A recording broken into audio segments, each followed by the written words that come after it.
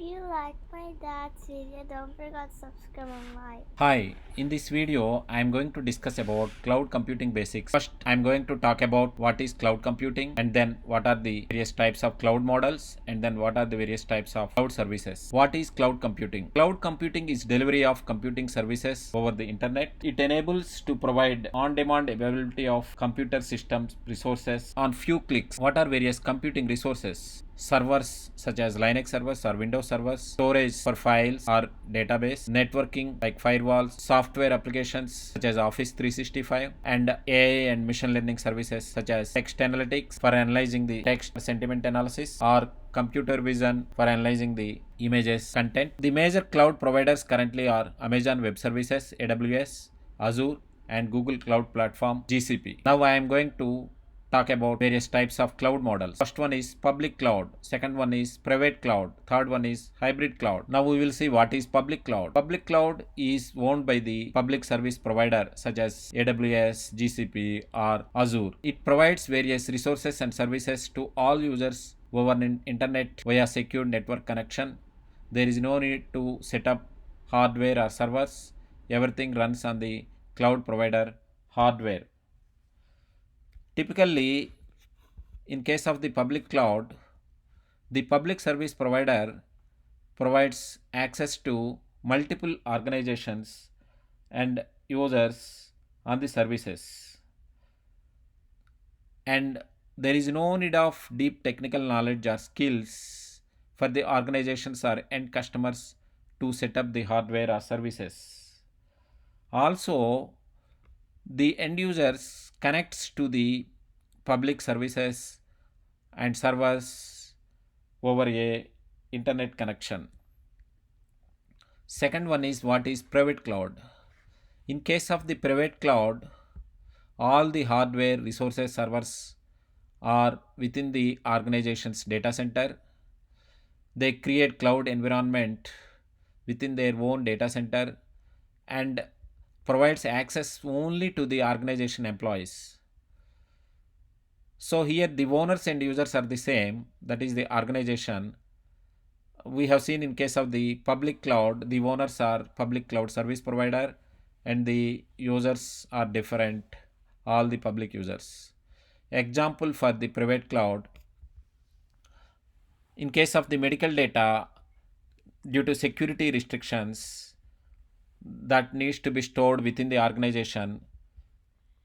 And second scenario is due to some government policies, government applications needs to be deployed within the organization's boundaries.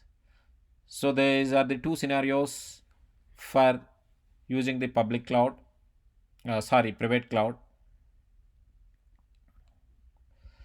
Next, we are going to see hybrid cloud. Hybrid cloud is nothing but it is a combination of both public cloud and private cloud. That means some resources will be deployed on the private cloud, some resources will be deployed on the public cloud based on the requirements of the organization or the project.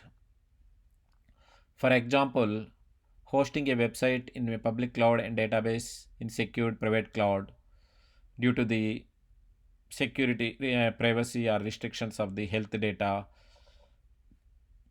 And second example is due to legal data of organizations, they deploy their databases on the private cloud within their data centers inside the organization. However, the applications, the code can be deployed on the using the public cloud services.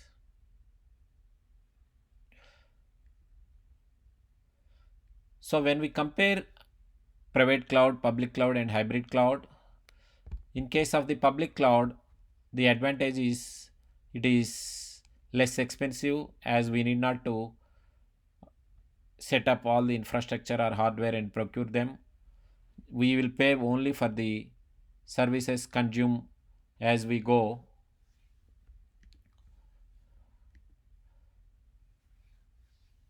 And the disadvantage is this is open to all the public users, so it is not that much secured when compared to the private cloud. In case of the private cloud, we have more control over the security of the data because it is within our data center, and also we have more control over the hardware and servers. However, we need deep technical knowledge and skills to set up the servers, and also it is more expensive as we need to pay upfront for the infrastructure. In case of the hybrid cloud, we have more flexibility. However, we still need to pay for the servers for the private cloud. What are the benefits of the cloud? First one is, as we have seen, it is lower cost. Just we need to rent the required services and pay as we use those services. Time to market, as we need not to set up the servers and raise the purchase orders, it will save a lot of time. We can quickly finish our product and go to the market. And third one is innovation.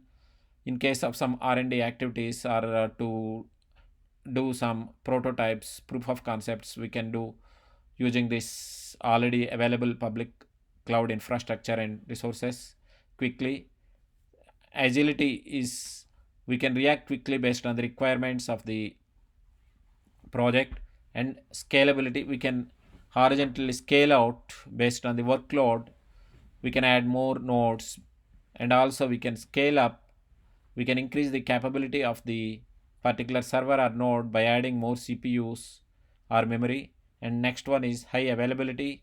We can make it high available by utilizing various cloud provider services such as load balancers and clusters, application gateway.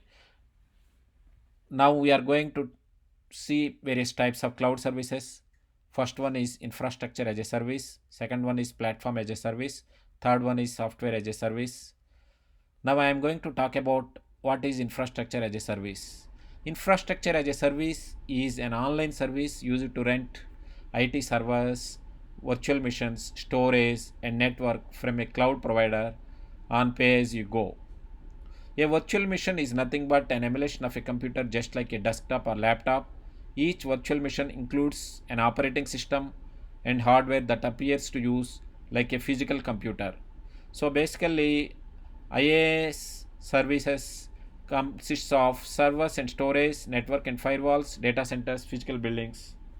In case of the infrastructure as a service, it provides high level APIs to connect to the remote network infrastructure and computing resources. Users can access from the portal browser using either remote desktop protocol RDP or SSH protocol, those virtual machines. But users are responsible to manage the OS on the hardware or servers. Next, we are going to see hypervisor. What is hypervisor? Hypervisor is nothing but a virtual machine monitor. It is a software that creates and runs these virtual machines. So in case of the infrastructure as a service, the VMs are set up on the hypervisor. We can install more than one virtual machine on a hypervisor on single server operating system. So the advantage is, using this hypervisor, we can save the space, energy, and maintenance, as it allows to set up multiple VMs and also multiple applications we can run on that VM. Second one is platform as a service, PaaS services. Basically, PaaS services provides operating system, web servers, and system patches on the top of the servers, network, and data centers. It provides complete environment for developing, testing, and deploying software. Examples are Azure SQL Database, Azure Cosmos DB, Google BigQuery. It is completely managed by the cloud service provider, so we need not to worry about upgrading the operating system or patches. Next one is software as a service. Software as a service is nothing but the software applications are completely hosted and managed by the cloud provider. The end users, customers, just they can access those applications from the browsers or portals without need of downloading or installing any software on their computer. Examples are Microsoft Office 365, Outlook, Dropbox, Salesforce. So here we need not to worry about any servers or operating systems upgrades. All the software application is readily available for consumption by the end users. Some organizations also allow multi-cloud model. They utilize some applications on GCP and some applications on AWS, some applications on Azure, so that it will not limit them vendor lock. Thank you for watching this video. If you like this video, please don't forget to subscribe. Thank you. Bye.